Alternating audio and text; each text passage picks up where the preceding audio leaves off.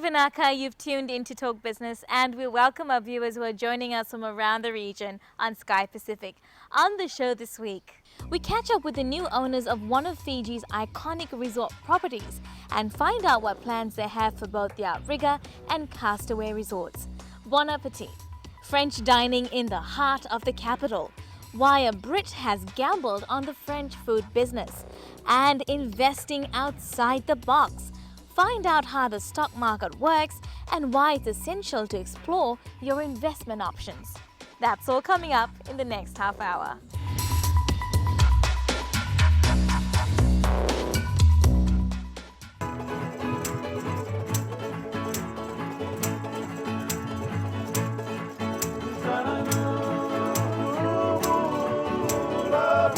It's the end of an era for a man who has redefined tourism in Fiji.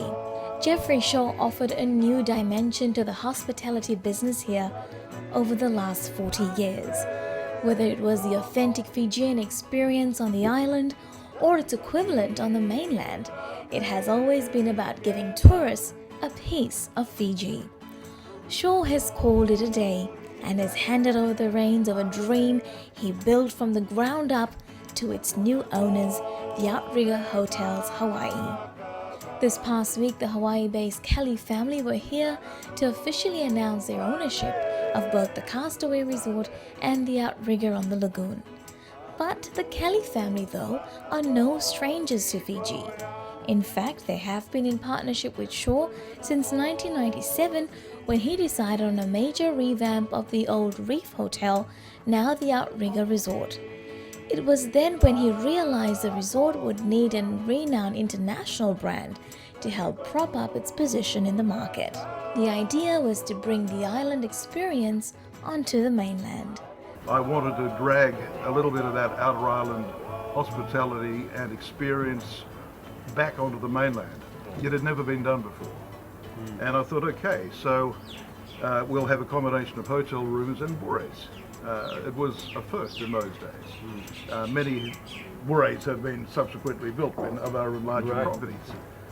And I thought, okay, just because we're smart enough to operate a little hotel, the Reef, at 70 odd rooms, and a little private island here at 66 bures, maybe we're not smart enough to operate a larger 250 room property without a brand, an international brand. So whilst I was thinking about this concept, Outrigger, based in Hawaii of course, had business development guys out and around the traps, and of course it's Bill Henderson in those days.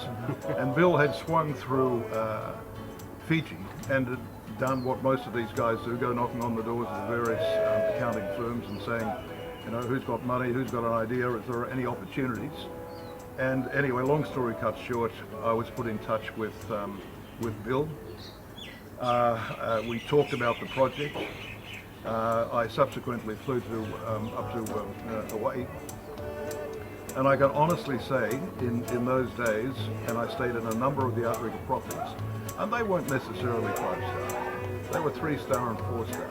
But not one property, an Outrigger brand property, did I go into that didn't possess the very thing that I thought we sold very well, and that's the heart and soul of the destination. It had something to me, it had a warmth and a depth that other brands, for me, didn't cut. So that's how this whole association started. Outrigger Hotels Hawaii is a resort chain that's 67 years old and is present in 7 countries around the Pacific Basin. The resort chain has 10,000 hotel rooms and over 4,000 employees. For the family-owned business, Fiji has a special place. You have the most wonderful people. When we arrived, they greeted us and they said, "Welcome home." And it really did feel like coming home. It's such a warm, sharing, giving culture and people. That's what makes it special. Which is why both resorts were a perfect fit for the resort chain. Everywhere we go, we look for destinations like this, like the Outrigger Lagoon, where families, because we can target leisure travelers, where families can come and enjoy a family vacation, enjoy the water, the beach, the activities, and the culture. So it rates very well. For sure though, it was difficult to let go of a legacy that took decades to build. Very, very hard. Very hard, and I think you could probably appreciate a very emotional time. But the overriding concern, as I say, was for the two resorts. And what are the two resorts? The two resorts are people. We have over 800 staff. So my overriding concern is for their welfare and benefit in the years ahead. And so to pass this stability of operation and business to people that I know and trust, and look after my family, my extended family of 800 people, that was the overriding driver of the decision. The changeover is also an emotional affair for the villagers that have come to depend on both resorts for employment. The Kelly family paid a visit to the Vanua of Lawa and presented their sevu, assuring them the goodwill and relationship would continue. For the villagers, it signified a continuation of a relationship that grew beyond mere camaraderie. We are hoping that the relationship that has been brought about with Mr. Shaw will continue with our chiefly clan and Dr. Kelly. For a man who has left rather large shoes to fill and a legacy that is to be reckoned with, his contribution to local tourism will not be forgotten. The times that we've had, times of disaster, they've sprung from times of disaster like the cyclones, Cyclone Gavin in '97, that caused devastation in this resort here. Cyclone Evan more recently in 2012, both of which closed the resort for more than 3 months. But it was what sprung from that sense of disaster, or those disastrous times, was a camaraderie and a closeness of association with staff, and that our family, they were just the best times, just the best times.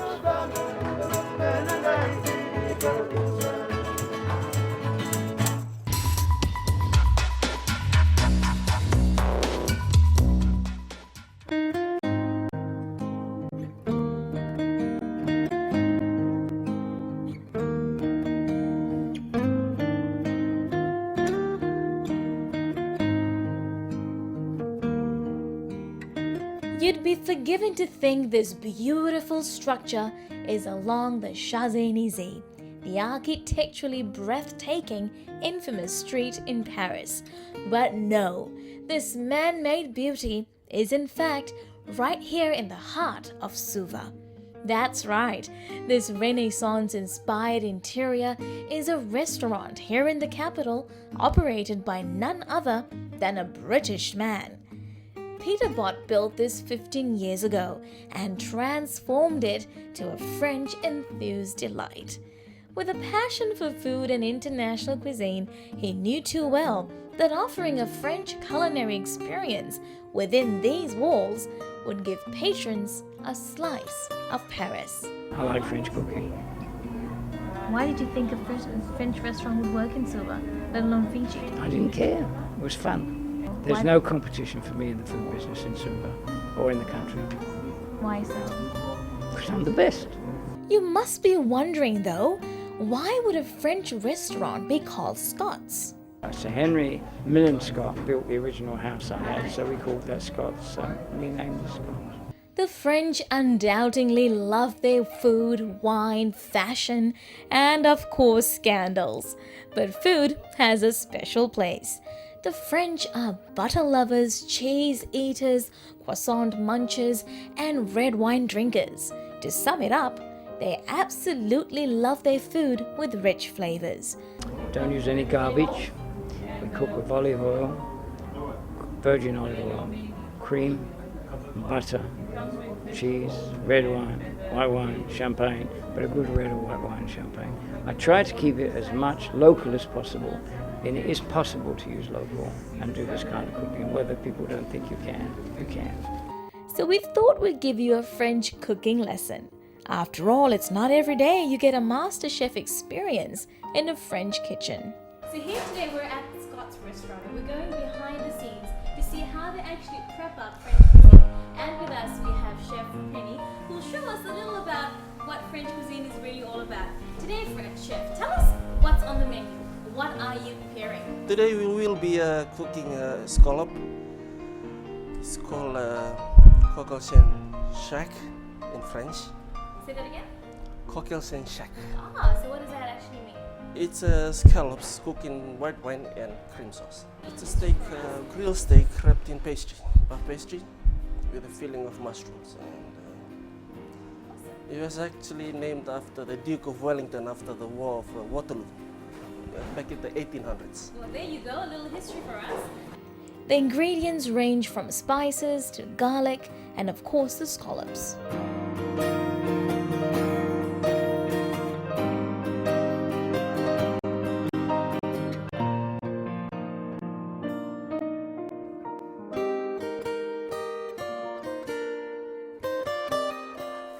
Now with the scallops, you cook it for a few seconds and you take them out again. So the risk is if you cook them for too long, they become very rubbery. Yes, exactly. Now to the sauce. What would French cooking be without a little French wine?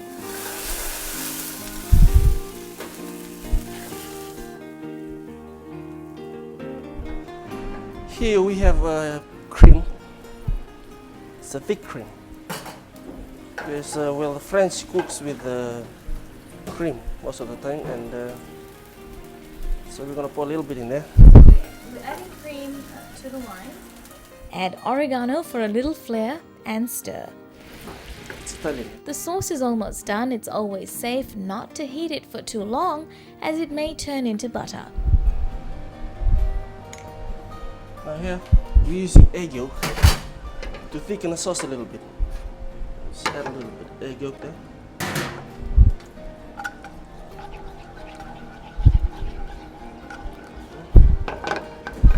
Gives it a nice rich yellow color too. Yeah. So,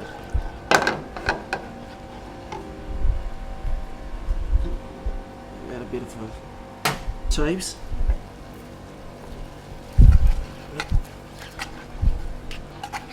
Once it's ready, the scallops are placed into these lovely shells ready for the salamander oven for glazing. After that, go straight into the salamander. In it goes for about 10 minutes. Now to the main course, the beef Wellington.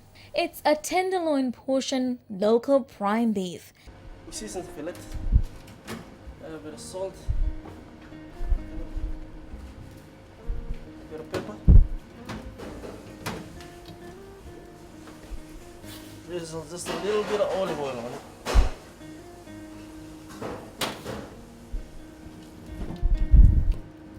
Nice and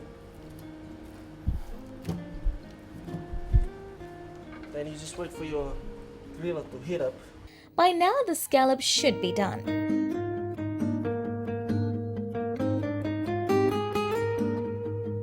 A little bit of spring onions for garnish and we're ready. Scallops in white wine and cream sauce. French cockles and shack. Now back to the beef Wellington.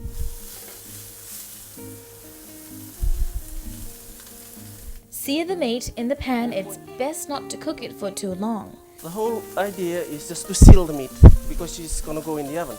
So just a few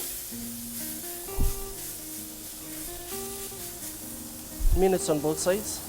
Some mushrooms for the filling. In fact, it's an essential ingredient in European cuisine.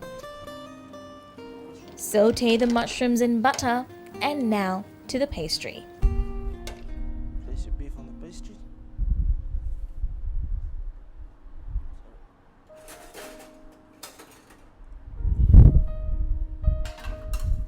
Then you spread the mushrooms on top of it.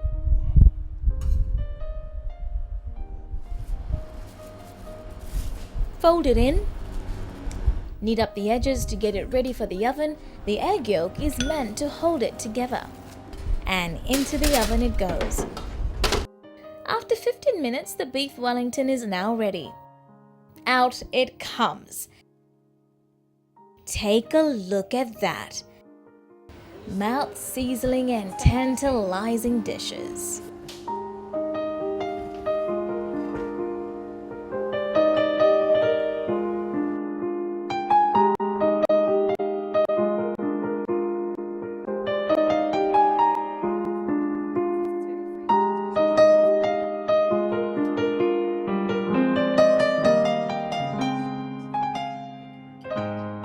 a special red wine.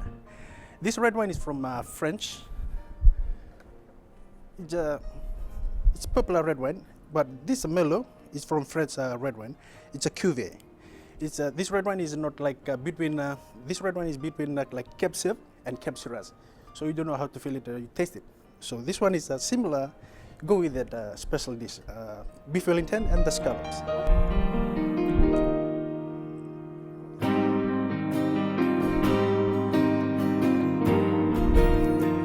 My colleague William Tambuya is no wine connoisseur, but certainly enjoys his smooth Pinot Noir.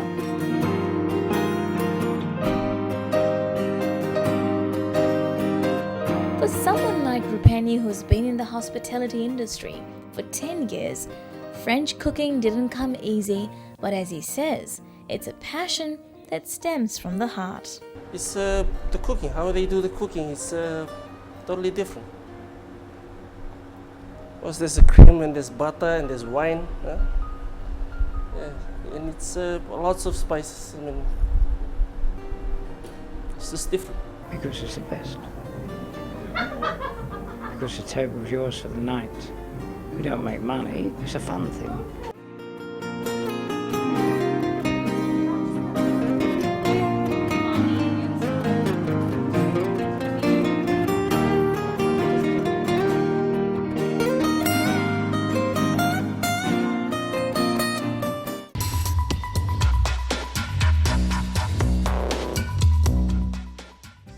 When it comes to planning your financial goals, often the first choice that comes to mind are banks. How to get a loan at what interest rate, or should I take out a term deposit instead? What most of us hardly consider is investment and the stock market. Frankly, for many people, the stock market is a foreign word. Not only is it unfamiliar territory, it's often perceived to be a wealthy man's domain. But the folks at the South Pacific Stock Exchange would strongly disagree. The stock market, as it's commonly known, isn't only for those with the big bucks or financial know-how. Anyone with a desire to grow their investment and take a chance on the stock market can buy shares of listed companies. If you're happy with a fixed income investment or term deposit or something similar to that where you're getting a lower return, but at least if it is guaranteed that you will get it at the end of 1 year. And if that suits your financial objectives, then that should be what you choose. But if you're at that stage where you can take a bit of a risk, then you should come to the stock market and invest, because there is the option of getting higher returns, but it's not guaranteed. If a company doesn't perform that well, then the returns might not be as high, or it actually might even record a loss. You wouldn't have any dividends paid that year, and so forth. And when it comes to investors, the challenges somewhat increase. Enticing investors to diversify their financial portfolios require educational awareness. It's getting the average mom and dads to understand that the stock market is a viable option when it comes to investing. What we usually tell the investors is, and I actually say it most of the time jokingly, but with a little bit of seriousness, that our stock market won't make you a millionaire overnight, but it won't make you a pauper overnight either. So our market is slow. It doesn't jump up and down like overseas markets. So which means that you won't get very rich overnight, but which is also at the same time meaning that you won't lose all your money overnight.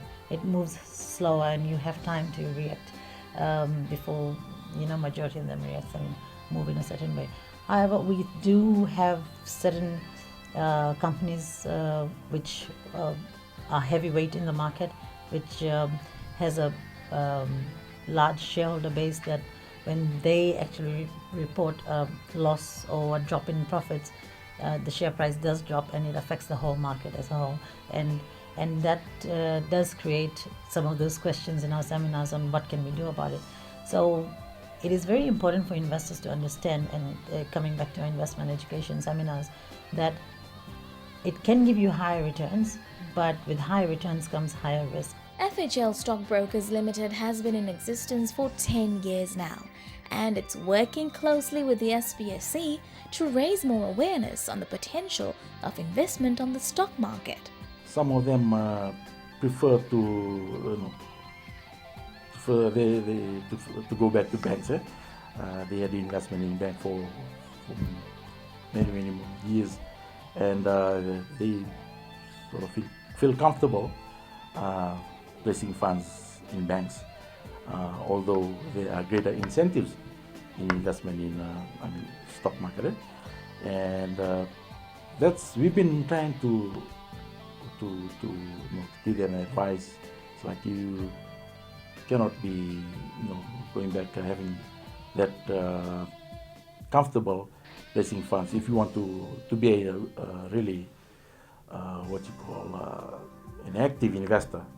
So you have to look at the new ways of growing that fund that you have. You can't just rely on placing funds at the bank and expect to get the same return over the years. So there are other opportunities, there are investment opportunities where you can place funds and get a higher rate. Which is why the stock market is targeting future investors.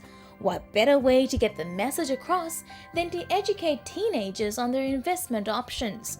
After all, 5 years from now, their purse strings will do the talking. We've got a list of companies, blue chip companies in other island countries that we have drawn up, and I think our board is looking at various ways of whether working through with MSG and a few other regional organizations to make this more visible.